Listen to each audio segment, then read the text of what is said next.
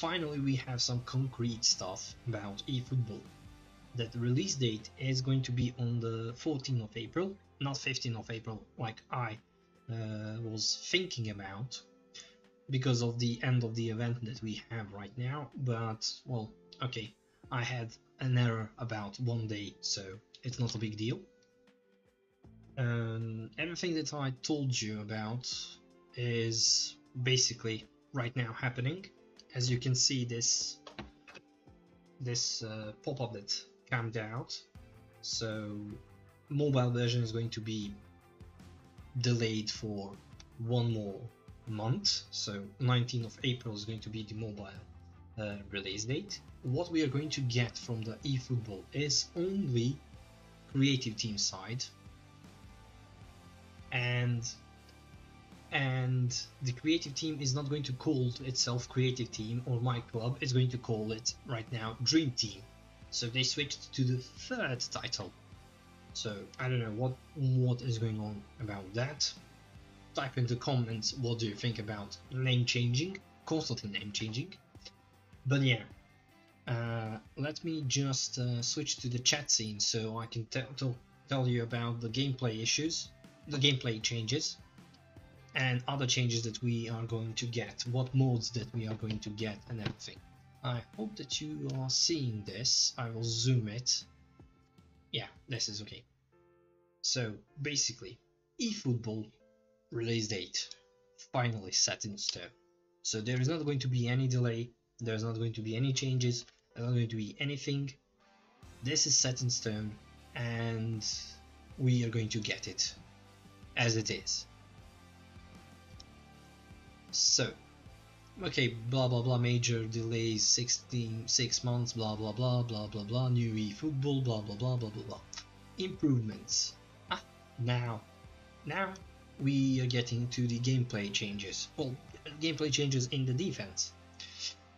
Out of all feedback we have received, most of them mention about defending. In particular, many of you comment on how difficult it is to defend and win the ball back.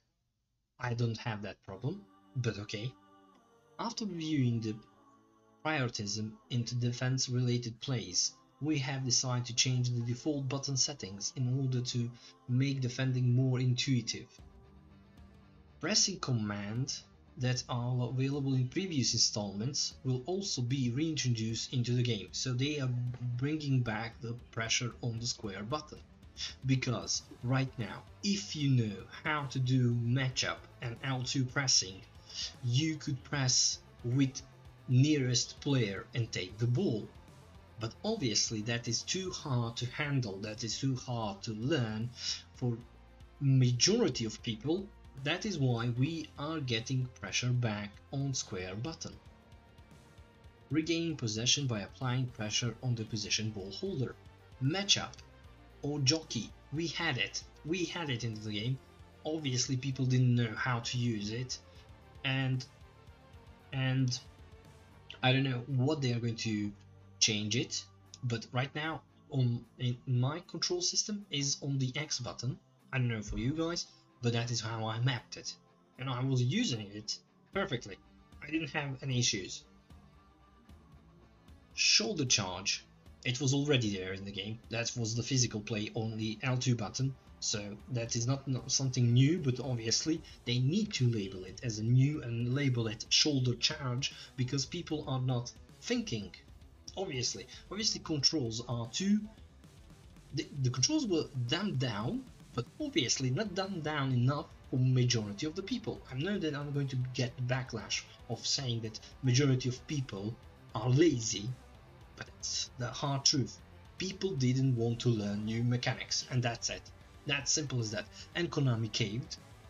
They don't want to lose ground, and they caved, and now we have this. That's my opinion.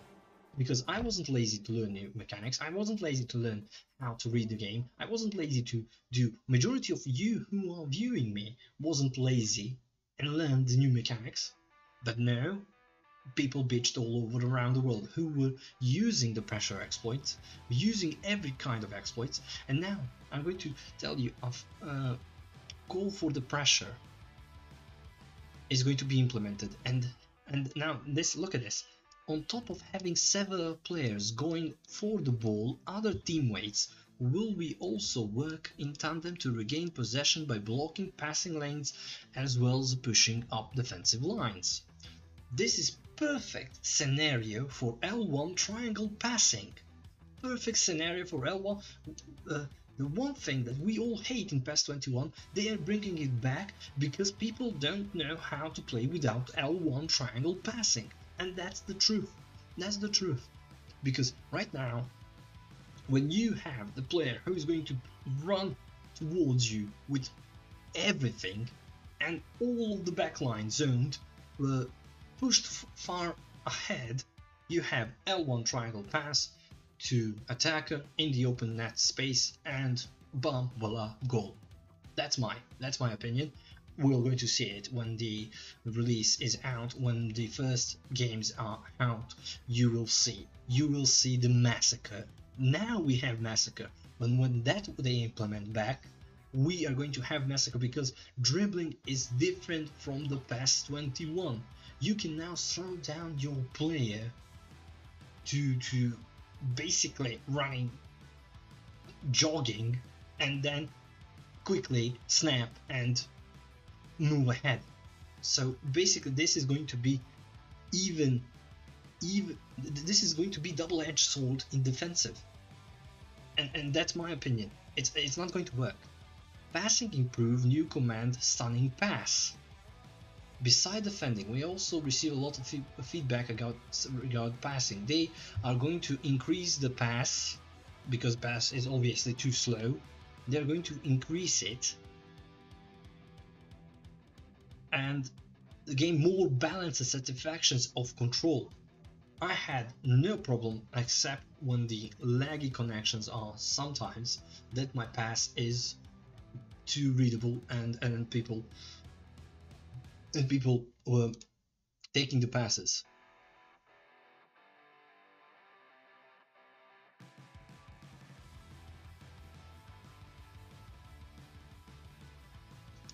So that is what the next thing. Improve targeting, decision of passing, blah blah blah blah blah blah, everything. And additional shooting trajectories, enhance satisfaction. Okay, they increase the shooting speed of the shots and everything. So until I see it in the gameplay and everything, I don't know what is going to happen about that. Strategic evolution through dribbling focus. Okay, we have that. Improve response to dash inputs. Better ball tracking accuracy response in L-stick inputs. So basically, sharp touch commands. So basically I think they do this, and we can have now defenders more responsive. Improve online connectivity, we don't have additional features for the game. We are going to have feature as change formation, individual instructions, auto settings, sub tactics, and data management, and so. Improve process of load for better responsiveness. And that's it. That is the new thing. New team building with Dream Team. That is what we are going to get. Introduced as a creative team. That is the new stuff. Mobile version is again going to be on the next month. So I don't think the mobile is going to be anytime soon. And that's it. No other game modes. There is not going to be any talk about what we are going to have as an offline content. So basically that's it, guys. That's it, guys, and that's it. So again, this video was for the viewers on the YouTube, so I'm going to say hello to them and goodbye. So if you like this, subscribe on my YouTube channel, and basically this was from the Twitch. So come on, hang on, and see you next time. Bye bye.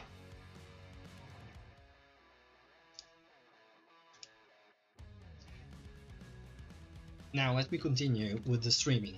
Okay, now we are going to fully go on stream on Twitch. So guys, what do you think? Wow, well, wrong button. So guys, after seeing all of this and viewing all of this, what is your thoughts about eFootball? What do you think about it? No new mods, basically we're going to have one mode